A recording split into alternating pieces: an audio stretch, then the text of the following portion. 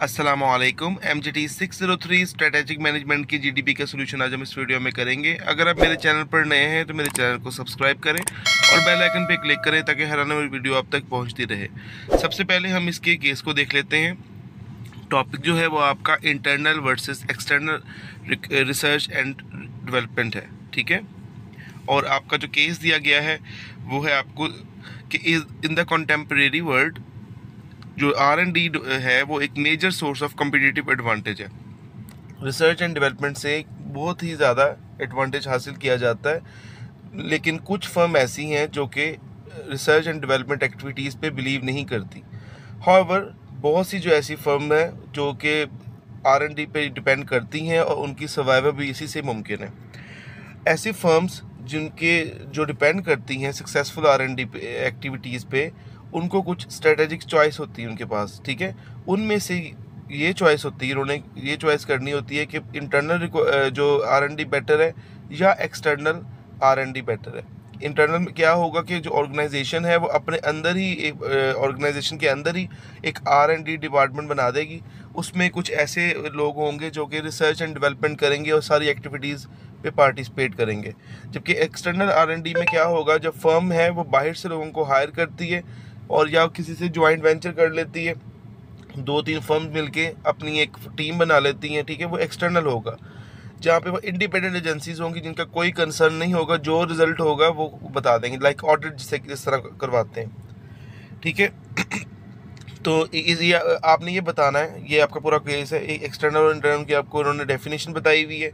अब रिक्वायर्ड क्या है, आप बीइंग अ स्ट्रेटेजिक मैनेजमेंट आपको क्या डिस्कस करना है कि दोनों में से इंटरनल वर्सेस एक्सटर्नल में से कौन सा आप चूज़ करेंगे और क्यों चूज़ करेंगे।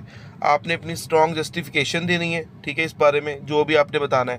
और उसके बाद में एक और चीज़ आपने करनी है कि वर्ड लिमिट जो आपकी 160 वर्ड होनी चाहिए बस, ठीक है। तो ये आपकी GDP है। चलते हैं इसके सोल्यूशन। MGT 603 की GDP का सोल्यूशन हम लोग करने वाले हैं। आपने as it is wording use नहीं करनी और इसको कॉपी पेस्ट नहीं करना, ठीक है।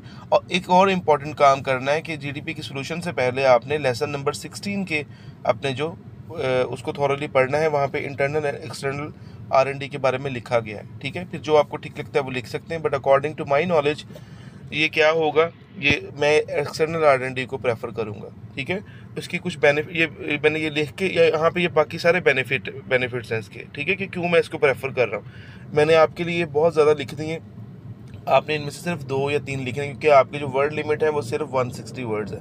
तो अननेसेसरी आपको एक्सप्लेनेशन लिखने की ज़रूरत नहीं है। सबसे पहला इसको क्या है कि कंट्रोल ओवर कॉस्ट।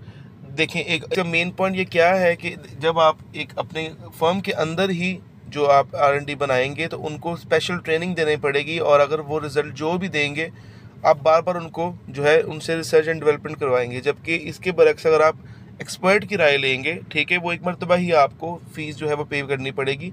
तो बार बार आप फिर ओवर बिलिंग आप नहीं करेंगे, ठीक है। और आपको जो पक्का आपको पता होगा कि जो भी हम काम करवा रहे हैं वो विदाउट एनी इंटरप्शन है और इसमें किसी चीज़ का भी कोई जो है वो शामिल नहीं है, फ्रॉड वगैरह।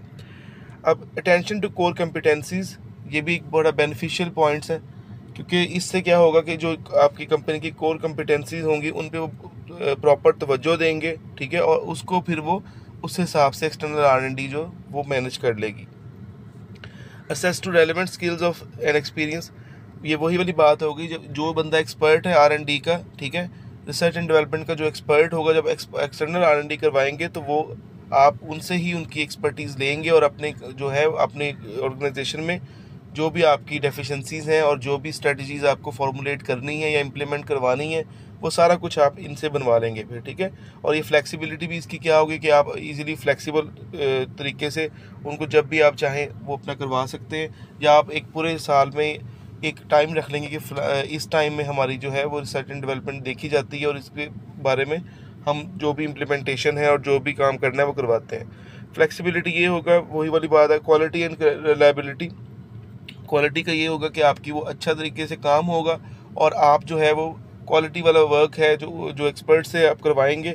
और जब जॉइंट वेंचर में यही होता है कि 2 या 3 फर्म्स इकट्ठी मिलके वो एक काम करवा लेती हैं और उनको पता होता है कि कौन सी हमारी डेफिशिएंसीज हैं और उनमें हमने किस तरह से उसको हमने बीट करना है, और इसकी जो आपका वो आपको बताएंगे रिजल्ट, वो भी रिलायबल ही होगा। कम्युनिकेशन रिस्ट्रिक्शंस, ये क्या फ़ायदा होगा इससे, अगर आपके डिपार्टमेंट के अंदर ही जो है रिसर्च एंड डेवलपमेंट है, तो बहुत से लोग आपस में जानते होते हैं, और कई मरतबा जो है वो हायर अथॉरिटीज़, हायर मैनेजमेंट जो है वो फ्रॉड्स भी करवाती हैं, ठीक है, कि हमारा लोगों को दिखाने के लिए कि हमारा काम बिल्कुल ठीक चल रहा है, ये चीज़ें। तो जब कम्युनिकेशन रिस्ट्रिक्शंस होंगी, पता होगा कि जो भी बंदा बाहर से काम कर रहा है उसका कोई आपसे लेन देन नहीं है, उसने मेरे काम से काम रखना है, और जो भी आपकी ओरिजिनल रिजल्ट है उसको पब्लिश कर देना है।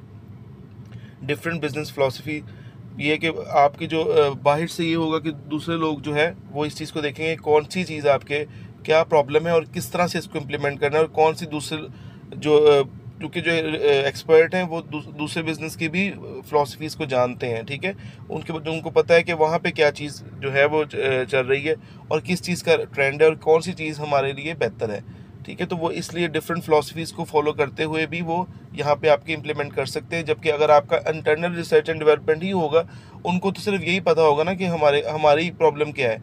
जबकि जो बाहर से बंदे आते हैं उनको इस चीज़ का अंदाज़ा होता है, वो बहुत से लोगों को हैंडल करते हैं, उनको डील कर। रिस्क ऑफ डाटा थेफ्ट, इसमें ये होगा कि आपका जो डाटा है वो भी जो है वो कहीं इधर उधर नहीं होगा, जो भी वो अपना काम करेंगे आउटसोर्सिंग वाले वो उसको सेव करेंगे, और आपका जो भी रिज़ल्ट होगा उसको विदाउट एनी इंटरप्शन वो इसको जो आपको बता देंगे, ठीक है, कि आपको किस किस चीज़ की ज़रूरत है।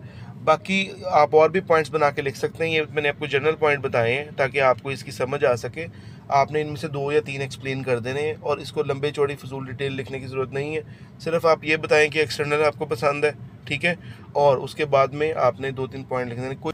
ये था आपका MGT 603 की GDP का सोल्यूशन। अगर कोई स्टूडेंट इंटरनल को भी प्रेफर करता है, ठीक है, तो वो उसका आंसर गलत नहीं होगा, आपने उसके लॉजिकल आर्गूमेंट्स देने हैं। ये आप पे डिपेंड करता है कि आप किसको जो है प्रेफर करते हैं। आपने उस चीज़ जो भी आपको रिसर्च एंड डेवलपमेंट आपको ठीक लगती है, आप उस पर बात करें और उस पर लॉजिकल आर्गूमेंट्स दें, बस। बात ये इसमें यस नो के आंसर नहीं है, आपको जो भी आपको ठीक लगता है अपने उसके अकॉर्डिंग आंसर करना है। होपफुली आपको इसकी समझ आई होगी। वीडियो को लाइक कीजिएगा, शेयर कीजिएगा और मेरे चैनल को सब्सक्राइब करें। थैंक यू, अल्लाह हाफ़िज़।